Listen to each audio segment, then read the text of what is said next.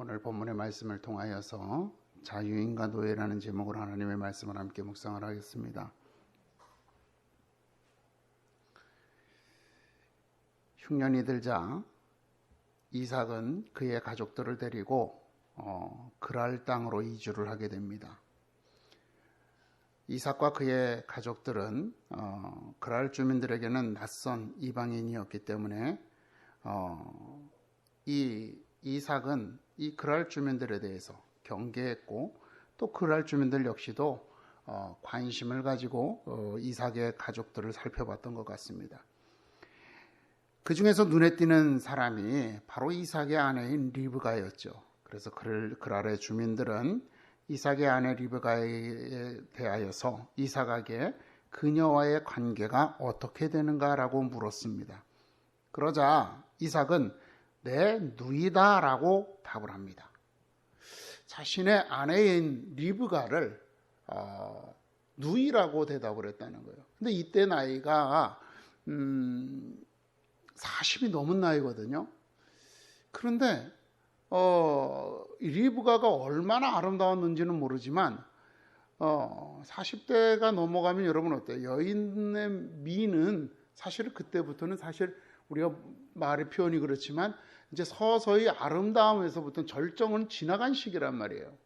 그런데 이 리브가를 보면서 그랄 주민들이 아름답게 여겼다 그랬어요.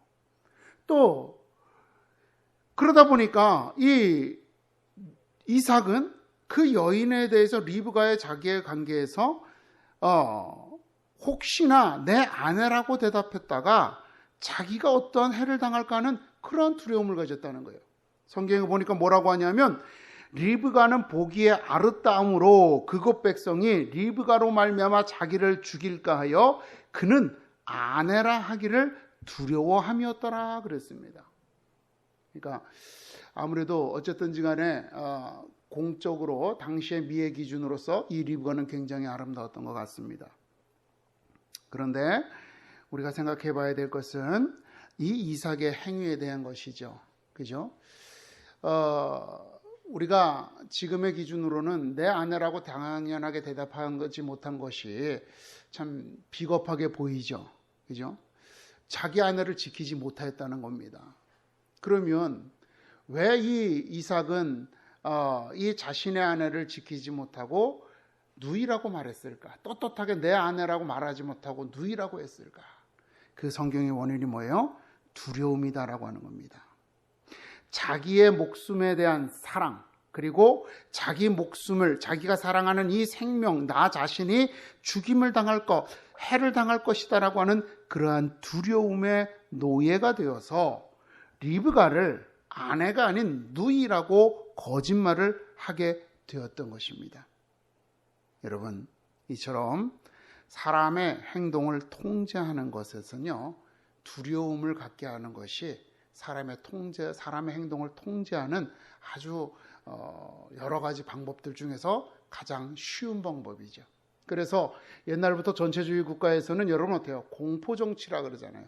힘으로 억누르면서 그들을 두렵게 하고 그들을 겁을 먹게 해서 국민들을 겁을 먹게 해서 국민들을 그 독재자가 이끄는 대로 이끌어갈 수 있도록 주장하는 것이 이렇게 인간의 두려움을 이용하는 공포정치라고 하는 것입니다. 두려움으로 인해 수많은 사람들은 그 두려움 앞에서 자존심을 꺾고 무릎을 꿇으며 복종하게 되는 것입니다. 그러니 여러분, 우리 신앙인에게 있어서 가장 큰 적은 무엇이겠느냐? 세상에 대한 사랑도 있고 욕망도 있고 여러 가지겠지만 세상에 대한 두려움이죠. 그죠? 세상에 대한 두려움이 우리가 하나님을 믿는다면 세상에 대해 두려워하지 않을 텐데 하나님을 믿지 못하면 세상을 두려워하게 되어 있어요. 그러면 세상을 두려워하는 순간 그들은 하나님이 아닌 세상에 무릎을 꿇게 되어지는 것입니다. 사람들의 이러한 마음을 아시고 하나님께서는 가나안 땅을 정복하러 가는 여호수아에게 이렇게 말씀하셨습니다. 내가 내게 명한 것이 아니냐? 마음을 강하게 하고 담대히 하며 두려워 말며 놀라지 말라. 내가 어디로 가든지 내 하나님 여호와가 주가 너와 함께 하느니라. 여러분, 이전 세대, 여호수아의 세대죠. 그들은 똑같은 상황에 처했을 때 가나안 주민들의 모습을 보고 두려워했습니다. 그래서 겁에 질려서 모세에게 항의했죠. 우리를 여기서 죽게 하려고 이곳까지 데리고 왔느냐. 그러면서 하나님을 부인한 채 그들은 이제 다시 돌아가자라고 그렇게 외쳤습니다. 그들이 두려움 앞에서 이렇게 무릎을 꿇었다는 것을 보신 하나님께서는 여호수아에게 말씀하는 거죠. 마음을 강하게 하고 담대히 하며 두려워하고 놀라지 말라.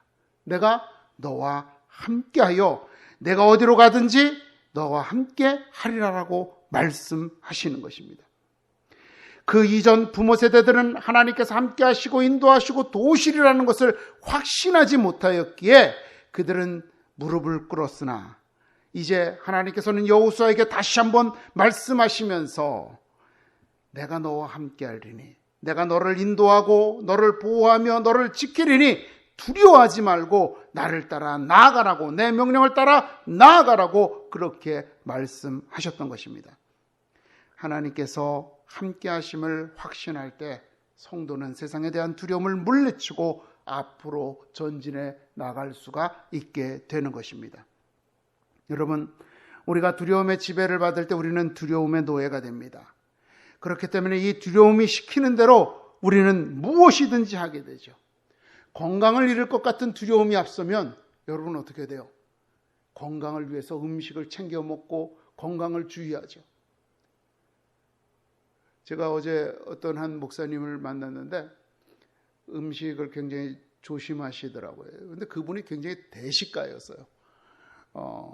무한리필집을 한번 갔다가 얼마나 많이 시켜 드시는지 같이 있다가 너무 우리가 창피해서 다른 목사님들이 다 나왔는데 그분은 끝까지 남아서 드셨던 그런 분인데 치킨이나 빵이나 이런 걸 다 끊었다는 거예요. 왜 그러냐 그러니까 혈압이 높아서 그렇다는 거죠. 혈압이 높다라고 하는 것 때문에 내가 이 혈압으로 내가 잘못될 수도 있다는 이 두려움이 그분의 정말 여러분 무엇으로도 꺾을 수 없었던 그 식탐을 꺾어버린 거예요. 이렇게 건강에 대한 두려움이 그 사람의 행동을 통제한 겁니다. 가난에 대한 두려움에 사로잡히게 되면 사람들은 부유해지기 위해서 수단과 방법을 가리지 않고 돈을 벌려고 애를 써요. 사람들 앞에 서는 것이 두려운 사람들은 항상 사람들을 피하고 누가 나를 지목할까 봐 항상 뒷전으로 물러서게 되죠. 바로 이처럼 두려움은 우리를 때로는 비겁하게 만들고 때로는 우리를 비참하게 만드는 것입니다. 그렇게 우리는 이 두려움은 우리를 지배해서 우리를 통제하게 되는 것입니다. 그런 우리들, 세상에 대한 두려움의 노예로 살아가던 우리들에게 주님이 오셔서 자유를 주셨습니다. 이 자유는 세상의 삶이 전부가 아니라 우리에게는 하나님의 나라가 준비되어져 있다라고 하는 이 사실로 말미암아 세상의 얽매인 삶들을 세상의 얽매임으로부터 우리를 자유롭게 하시는 것이었습니다. 바로 그래서 이 약속을 믿는 사람들, 주님이 하신 이 약속을 믿는 사람들, 우리를 위하여 준비된 하나님의 나라가 있다라고 하는 이 사실을 믿는 사람들은 자유인이 되어지는 겁니다. 이제까지 세상에 대한 두려움의 노예로 살아가던 우리들이 예수 그리스도 안에서 참된 자유인이 된 것입니다. 그렇기 때문에 우리를 두렵게 하던 삶의 조건들을 더 이상 두려워하지 않게 됩니다. 왜? 여기서 좀 잃어버려도, 우리가 여기서 좀 고생을 해도, 우리가 여기서 좀 수치를 당해도 우리가 우리의 믿음을 지킬 수만 있다면 하나님의 나라에서 이 모든 수고와 노고와 수치에 대한 포상을 받고, 그죠? 그곳에서 하나님과 함께 영원히 살아갈 것이 보장되어져 있기 때문에 그렇단 말입니다. 여러분이 만약에 로또 복권을 당첨됐다고 생각해 보세요. 아직 돈은 못 받았어요. 이제 오늘 토요일 날 로또 복권 발표하죠? 토요일 날 로또 복권 딱 발표 딱 되는 순간 내가 1등을 당첨했어요. 상금이 무려 10억이에요. 그러면 여러분, 이 돈을 언제 받을 수 있어요? 그 다음 주 월요일 날 은행 문 열어야지만 돈 받아요. 그죠? 그런데 이미 내 마음은 부유해요. 그래서 친구들 불러서 로또 당첨됐다는 말은 안 하지만 한턱 쏩니다. 왜? 내 기쁨을 자랑하기 위해서. 또 어떤 친구가 나한테 뭔가 내가 가지고 있는 것을 뭔가 갖고 싶어 한다면 아낌없이 줄 수 있어요. 왜? 나는 이제 월요일이면 10억이 들어오니까. 그죠? 그는 이미 10억을 받지는 못했지만 10억을 소유한 사람으로서 모든 것들에 대하여 여유가 생기는 거예요. 우리가 하나님의 은혜를 받는 순간 우리가 하나님의 나라에 들어가지는 않았지만 우리는 더 이상 세상의 것들에게 집착하거나 두려워하거나 무서워하거나 떨지 않게 되는 것입니다. 왜? 이 땅의 삶이 끝나고 나면 하나님께서 우리들에게 주실 그보다 더 크고 찬란한 영광이 우리들에게 준비되어 예비되어져 있기 때문에 그렇습니다. 영원한 삶을 받았기에 인생의 짧은 순간 동안에 불안과 두려움을 주는 것들은 더 이상 그들에게 가치가 없는 것이 되기 때문에 그렇습니다.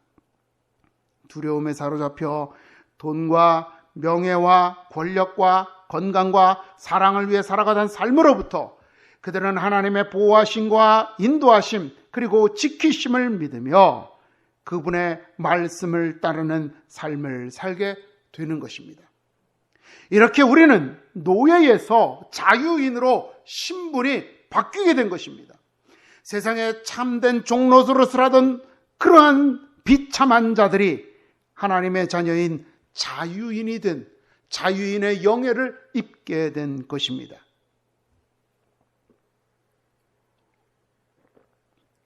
이것이 오늘 저와 여러분이 가진 신분입니다. 자유인이에요. 그런데 오늘 우리는 사회로부터 우리가 노예인지 자유인인지를 선택하라는 압박을 받고 있습니다. 바로 우리 예배의 형식을 강요당하고 있는 것이죠. 지난 수요일 19일 0시부터 수도권 교회들에게는 비대면 예배만을 드리라고 정부에서 행정명령을 내렸습니다. 또한 22일 어제 저녁에는 제가 문자를 받기를 중대본에서 이런 문자가 왔어요. 비대면 예배만 허용되고 라고 하는 문자를 받았습니다. 여러분, 우리의 예배가 정부의 허가 사항입니까? 그렇지 않죠. 많은 목회자들이 그리고 성도들은 이러한 정부의 조치에 당황하면서도 어쩔 수 없다는 반응을 보이고 있습니다. 지난 7월에 소모임 금지 조치 때 보였던 모습과는 상당히 많이 바뀌어진 모습입니다. 당시는 교회와 성도에게 이러한 일들을 행하는 것은 부당하다라고 하면서 온 한국교회가 강도의 차이는 있었지만 어찌됐든지 반발하고 어찌됐든지 간에 이러한 불합리함을 자꾸 표현함으로써 그것이 2주 정도 지난 후에 해제가 되도록 그렇게 했었습니다. 그런데 이번에는 이 한국교회 교단들의 대표들이 한국교회를 대표하는 분들이 앞서서 사과를 하고 또 비대면 예배를 드리는 것이 맞다라고 공개적으로 공언을 하고 있습니다. 그러한 발표에 개교회와 성도들 그리고 정부의 발표에 대해서 사람들은 부과될 벌금으로 인해서 어쩔 수 없는 선택이라고 말하기도 하고 교회에 대한 사회의 부정적인 인식을 해소하는 차원에서 수용해야 된다고 말하기도 합니다. 당장 이렇게 힘들고 어려운 상황, 이 소낙비는 피하고 보자는 말도 합니다. 그런데 여러분, 이러한 일들은 뭐 때문입니까? 두려움 때문이죠. 두려움 때문이에요. 교회가 벌금을 감당할 수 있을까? 성도 개인에게 벌금이 부과되면 어떡하지? 그죠? 우리가 모여서 예배하는 것들로 인해서 세상 사람들이 우리를 또 비난하고, 실제로 파주에 있는 운정 참존교회라는 교회는요, 그분들은 코로나 확진자가 발생하지도 않았는데 교회가 폐쇄가 됐어요. 왜 그런가 했더니 그 맘카페에서 신고를 했다는 겁니다. 근데 이분이 평소에 이런 어떤 그런 뭐라 그럴까요? 우파적인 태극기 집회를 옹호하고 막 이런 식의 어떤 발언들을 했더니 그게 이제 맘카페에 찍혔는지 그분들이 그렇게 신고를 해가지고 교회가 폐쇄가 됐어요.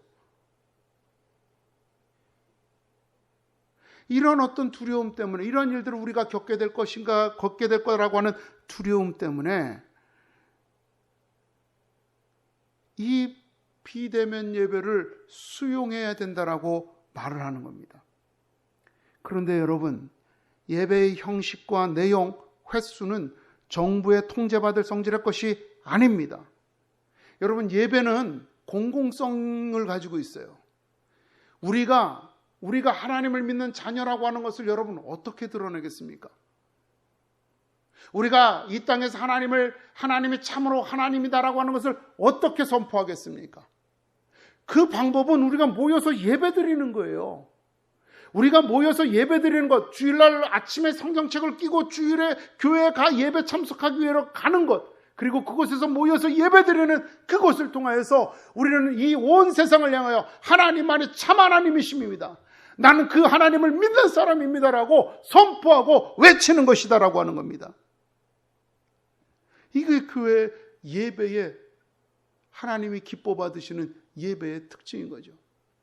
또한 여러분, 이 예배를 드리는 것은 우리 예배 교회 공동체에서 이룰 수 있는 가장 기본적인 교제예요.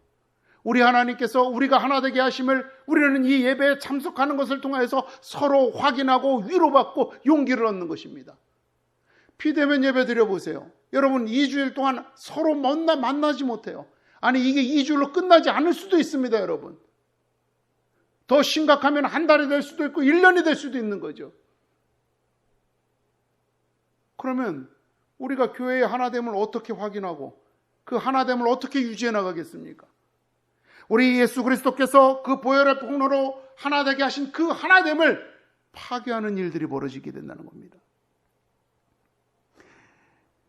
결국 여러분, 더 나아가서 우리가 어떠한 예배 형식을 통해서 어떠한 내용으로 몇 회의 예배를 드릴 것이냐라고 하는 것은 우리 신앙의 양심에 따라서 결정되어지고 선택되어져야지만 되는 겁니다.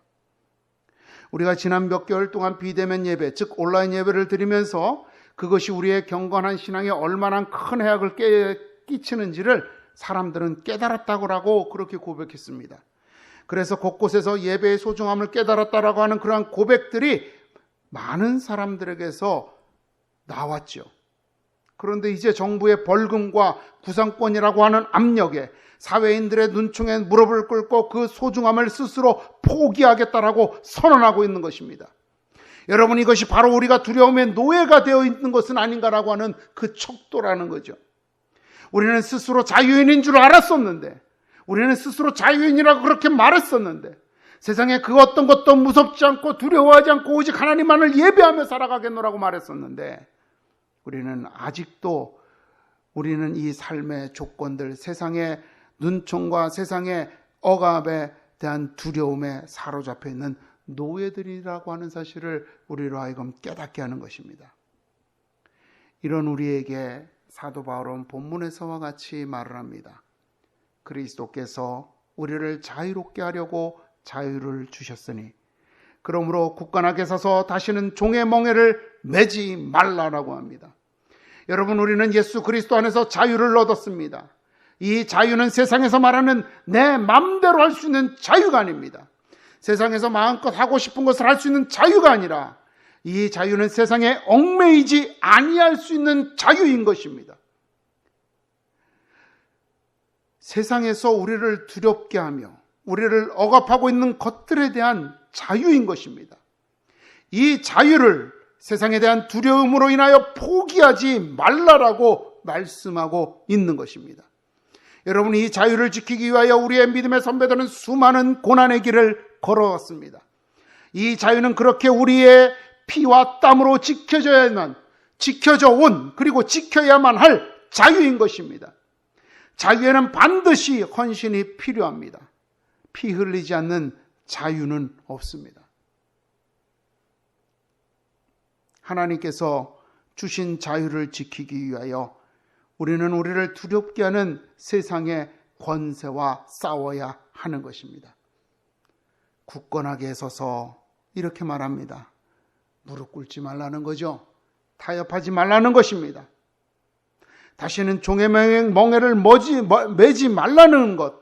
이것은 이전의 노예의 삶으로 다시 돌아가지 말라는 것입니다. 지금 이 순간 우리는 자유인인지 노예인지 선택해야 할 순간에 서 있는 것입니다. 여러분, 우리가 지금 노예의 길을 선택한다면 우리는 계속해서 정부의 통제 아래 신앙생활을 해야 할 것입니다. 지금은 코로나 때문에 집회를 금지하지만 다음번에 또 어떤 기발한 것을 가지고 집회를 금지할지 어떻게 합니까? 지금 여러분이 코로나 사태로 인해서 수많은 개척교회들이 어려움을 당하고 있어요. 제가 볼 때는 이러한 일들이 사태가 진정이 되고 나면 개척교회는 거의 다 문을 닫고 큰 교회들만 살아남지 않겠는가. 지금 큰 교회들은 계속해서 온라인을 통해서 매일과 같이 예배를 드리고 매일과 같이 예배를 실황 중계한단 말이에요. 여러분, 그러면 개척교회들은 그만큼 할 역량이 안 돼요. 결국 출석하지 못하고 말씀에 갈급하다 보면 온라인을 통해서 큰 교회들 그 영상을 접하게 되고 결국 거기에 영향을 받게 되는 거죠. 그러면 여러분, 이 땅에 세워져 있는 모든 십자가들이 큰 교회들만을 내버려 두고 다 내려질 수도 있는 상황이 오는 거죠.